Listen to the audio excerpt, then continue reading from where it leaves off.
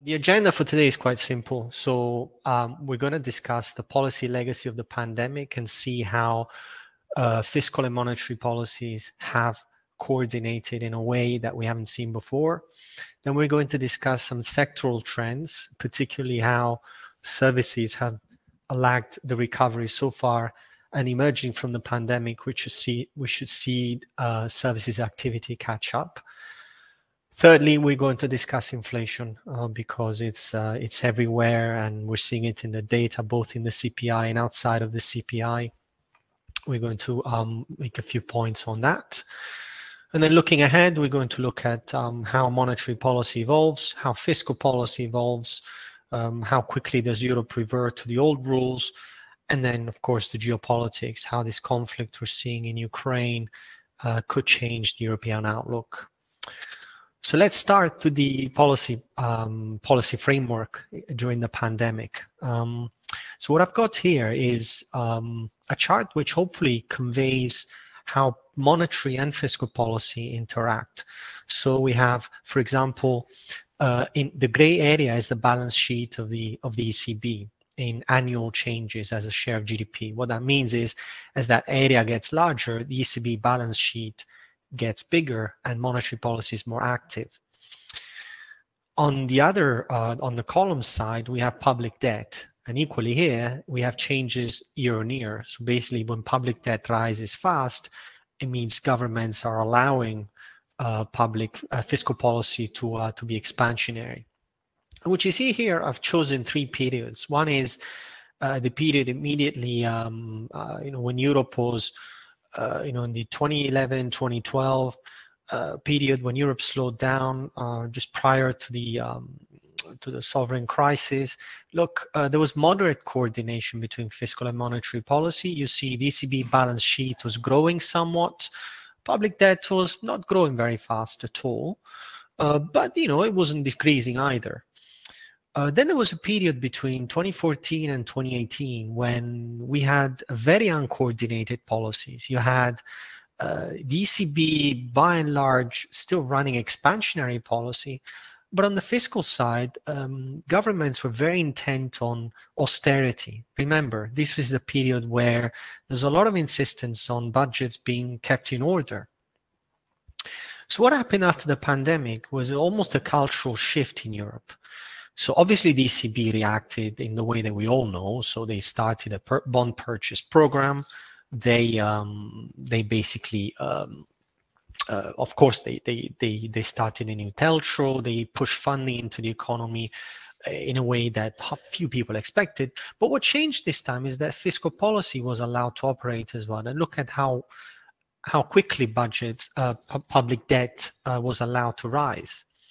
And so this unprecedented coordination, for the first time in Europe, we saw both monetary and fiscal policy push very much in the same direction.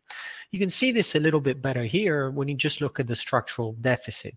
This is the structural balance, I should say. So this is, in flow terms, what happens to the budget for the euro area once you correct for the cycle.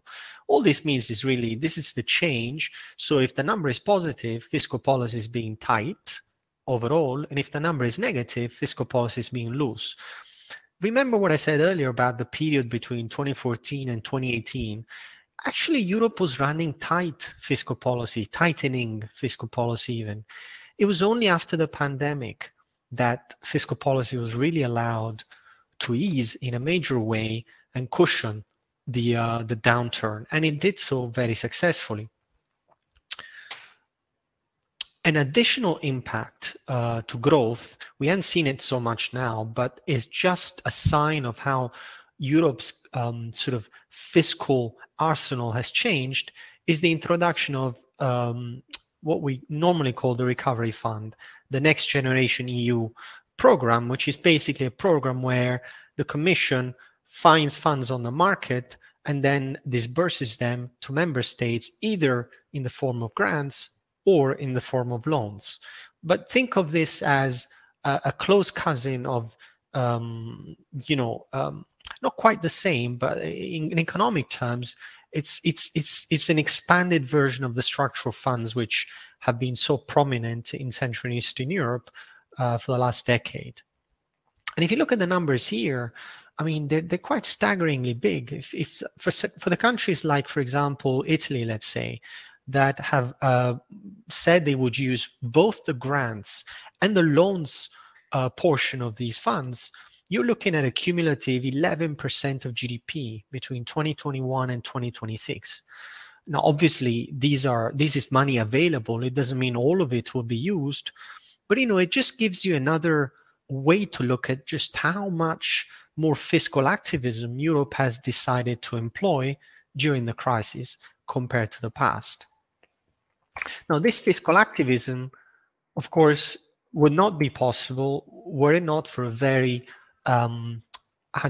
willing central bank that has absorbed so far a lot of the issuance that Europe did. This is the example of Italy, but you could do the exact same chart for all countries in Europe, effectively. So what you have here is the black line that shows you how much government debt increased as a share of GDP compared to a year before.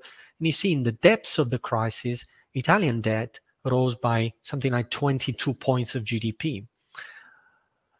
And then the bars there tell you who's actually purchasing that debt. I mean, where is this debt going? Who's funding Italy during those days? And look at the ECB, which is the orange bar here. The central bank, the ECB is responsible for well over half of all the debt issued during this period. What it means is that funding costs for Italy and all the other countries which use fiscal policy in a very activist way would have definitely not remained under control had the central bank not stepped in. And so I think, again, this fiscal policy and monetary policy coordination is probably the biggest legacy we're carrying from the pandemic days. So it's important to see where we're coming from. Where are we going, though? Well, I need to start with just a broad reference to the pandemic. Obviously, I'm not going to go into each country by country, what's happening to cases, what's happening to hospitalization, deaths. But the point here is to see that since the introduction of vaccines a little under a year ago, we seem to have broken the link between cases and deaths, and cases and hospitalizations. What it means is that for a very large number of cases, we're seeing much less pressure on the hospital system, and therefore, cautiously, Europe is gradually reopening. And this is important because, as we'll see, there's parts of the economy which have already regained pre-crisis levels. So, for example, here, if you look at the consumption of durable goods, which I've got in these two charts, on the left-hand side, you see, I mean, I've added the United States there just to give you a sense of just how much stronger the recovery has been there. But, in the United States, you have 21% consumption of durable goods today, higher than pre-crisis, pre-COVID. Even in Europe, we're kind of consuming the same amount of goods, in some countries even more, than pre-pandemic, right? Where we're still lagging is the consumption of services. And this is not really a surprise, is it? That, we're still unable to live in the same way we were before. We're still unable to travel as much, go to the restaurant, go on holiday, interact with one another as much as we used to. But clearly, given the amount of fiscal stimulus that we've had, that number should not even be 100. It should be much higher, right? Than given how strong the economy has been. Now, with the economies gradually opening, the catch-up in services activity will be very pronounced, in my view. Mind you, services are, in rich economies, 2/3 of GDP. So this can really provide a significant boost to activity as we emerge from the pandemic. So what do we think about European growth? Well, Europe was stuck in a fairly dull, low growth environment for most of the last 10, 15 years. I mean, it was viewed as a 1% economy, give or take. There were some laggards like Italy, which struggled to grow at all. If you look at the European Commission forecasts, they're more optimistic in this newfound activism from the fiscal side, this pent-up demand for services after the pandemic, which should unleash itself, hopefully.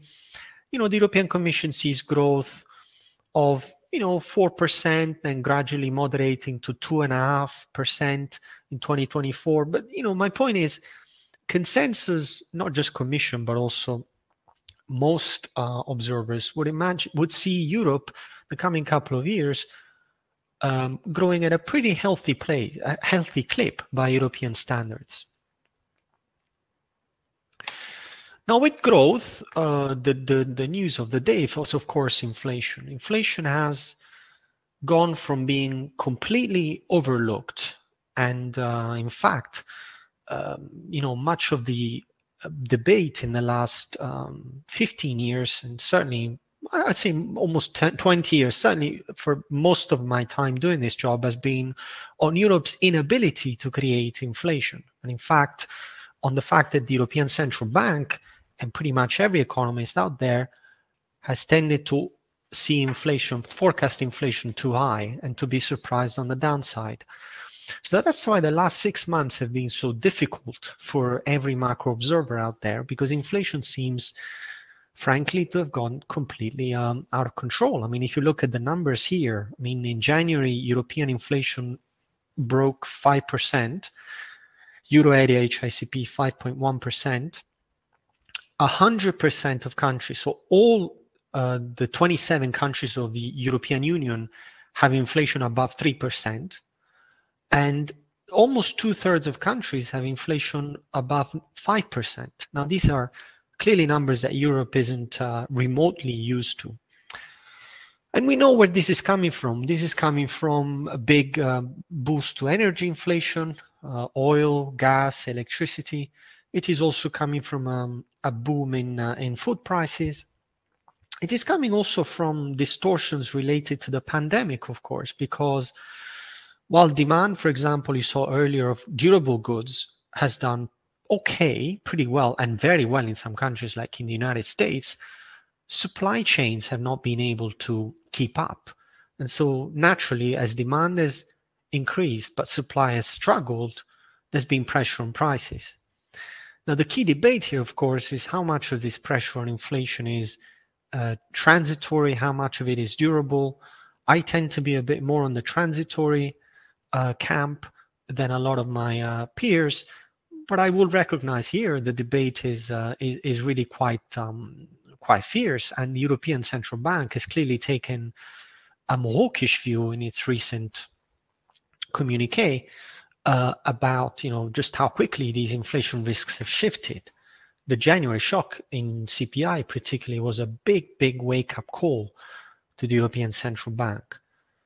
And maybe something closer to what a lot of the participants in this forum do. I mean, even outside of the inflation basket, there's been pressure on real assets, land, real estate. I mean, you look at, again, this may be my home bias, but look at a country like Italy where real estate prices were sort of sluggish for the best part of the 2014-2020 period. I mean, prices are now rising at a very healthy clip. The same is true elsewhere. Prices are between high single digits and double-digit growth year on year. And these are the largest countries in the Eurozone. Of course, if you broaden this, you'll see countries where price dynamics are even faster. These are residential prices, and this series stops in Q3 2021. Obviously, if you had an updated series, I think you'd see even faster clips. I'm sure you have specialists among you who will be very familiar with this. So with that setup in mind, let me move on to the topic of what's happening now. Again, I'm going to try to look at this from a macro point of view. And I think the best way to understand this is to think of what's happening in between Russia and Ukraine as a potential stagflationary shock. Let me explain. So effectively, Russia is a very big country, but it's not a huge trading partner for Europe. Yes, some countries do a lot more trade with Russia than others, specifically the Baltics. But, you know, for the majority of countries, Russia accounts for very little, 1-3% of total exports. So it's not a huge commercial partner. But it is a huge commercial partner when it comes to energy, of course, because we get a lot of our energy from Russia. Now, as you know, Europe is a very energy dependent region. EU in general is roughly 60% dependent on imported energy. This includes gas, includes oil, of course. And when you zoom in on gas alone, you know, large parts of Central and Eastern Europe depend almost exclusively on Russia for their imported gas. When you look at Czech Republic, look at Latvia, Hungary, Slovakia, Bulgaria, and among the Western European countries, Germany and Italy stand out as the countries where reliance on Russian gas is highest. And it's not a coincidence, of course, that this is a very live topic, but in all the sanctions that have been levied against Russia, they seem to be looking for a way to exempt payments related to gas imports, because quite frankly, it's very difficult to imagine Europe quickly, once the stocks of gas, which do exist, but once these are depleted, which could take a few weeks, maybe a few months, it's very difficult for Europe to imagine finding new sources for their gas imports. So we're really in uncharted territory. And if you think of potential problems on gas supply, then this is the quintessential sort of stagflationary shock, because what you have is a hit to inflation immediately because gas becomes more expensive. But you also have a hit to activity, because gas not only becomes more expensive, becomes also harder to find and to import. And so I think the ECB has done a very nice job of thinking about this in something that they put out, I think about a week ago or so, but it's quite recent. And it goes like this. They said, let's think about this as a shock to the gas supply. Okay, so what you have in this slide is, on the left-hand side, you have the sectors that use most gas in Europe. And of course, you see the one that uses the most gas in general is the one called electricity, gas, steam, and air conditioning supply. This is the transformation of gas into electricity, effectively. So that then says, okay, let's look at input-output tables, which is a way statisticians have of recording how much sectors in the economy interact with each other. And they say, look, let's take just this sector, electricity and gas, and see how it interacts with other sectors. Okay, so let's take this sector and see where the inputs from this sector are most needed in other sectors. And you can see that, you know, these inputs can be direct, as in these sectors on the right-hand side, so motor vehicles, machinery, electrical equipment, etc. How the direct input is how much gas they need, practically, and the indirect input is how much input they need from other sectors, which in turn use gas. And of course, in an interconnected economy, the indirect hit is often much bigger than the direct hit. So for example, take motor vehicles. The direct hit is, I don't know, maybe 0.5% of total output, but the total hit is almost 4 points, because this is a sector which relies a lot on inputs from other sectors, which in turn are affected by gas shortages. So once you put it all together, what the ECB does is add these sectors up to the level of the economy. Of course, mind you, every economy is different. But when they look at the various euro area countries, they see that, you know, the euro area as a whole, from a 10% cut in the gas supply, would be shocked by about 0.6 of GDP, which, you know, for an economy that grows 2-3% is a material hit. And then you have the economies of Central and Eastern Europe, where the shock is much bigger, both because of the reliance on gas as a source of energy, but also because these are economies very manufacturing heavy. intensive, where gas plays a big role, and they also import a lot from Russia. Now, we don't have Hungary or the Czech Republic or Poland here because this work was done for Euro area countries. So we don't have the ECB estimates for non-Euro area countries, but I would go as far as saying the numbers would be much closer to the Slovak than to the Euro area aggregate ones. We're looking at potentially quite a material impact on growth numbers from what's going on in Ukraine. So let me leave you with a few thoughts. So, I've explained this has been an unprecedented period of policy coordination in Europe. But we're going, the world's changing very fast. How will European policymakers deal with stagflation risks? Will they prioritize inflation and raise rates? Or will they come to the support of the economy and keep rates low and potentially start more quantitative easing to make sure that governments can use fiscal policy just as they did during the pandemic? Will they contain spreads the way they've done for Italy, for Spain, for Portugal, for the periphery of the Eurozone, in order to allow financial conditions to be continuing to be loose? And will inflation subside after touching maybe 6-7% this year and reach more reasonable levels, or will it stay with us for longer?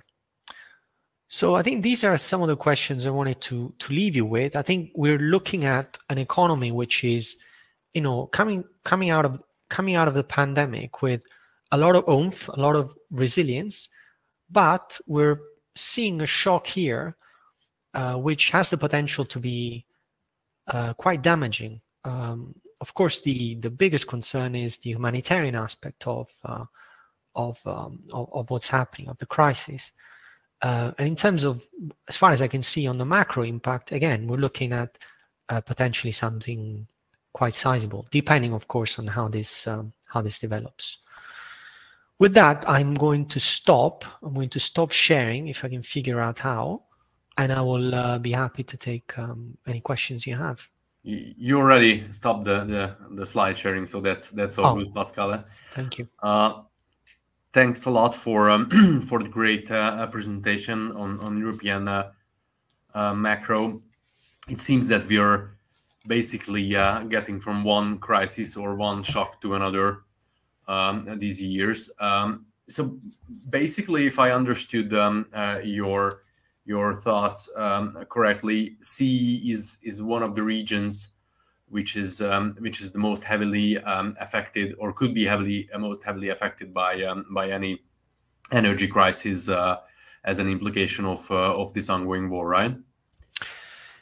Yes, absolutely. And one thing I ought to add is also that these numbers that I've showed earlier are very mechanical. This is a very mechanical exercise. But for countries that, like Central and Eastern European countries that trade a lot with other countries, you probably want to build in a second round of contagion, which is through the global trade, through the European trade cycle. And so I think the impact on a region that imports a lot of energy and trades a lot could be material. Again, this is a very fast moving story, so one doesn't want to, become overly negative, but it's something to keep in mind. Right. Of course, we don't know much about how this is going to evolve, but it seems that the escalation is really quick, or it has been really quick in recent days. I mean, if you look at the not only the official sanctions, but all these restrictions happening in the corporate world.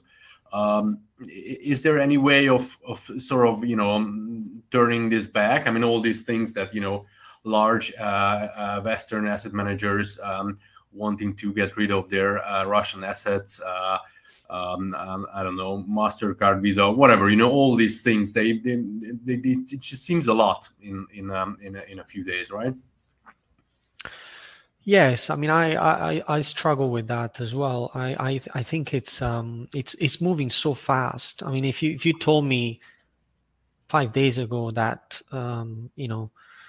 major central banks will de facto freeze Russian reserves and impede assets, I would have said that's just, science fiction. That's, it's unthinkable. And yet, here we are. I think with the SWIFT sanctions were something that, to be honest, we've talked about for a long time. And I don't think anybody should be too surprised about the sanctions on government bonds either.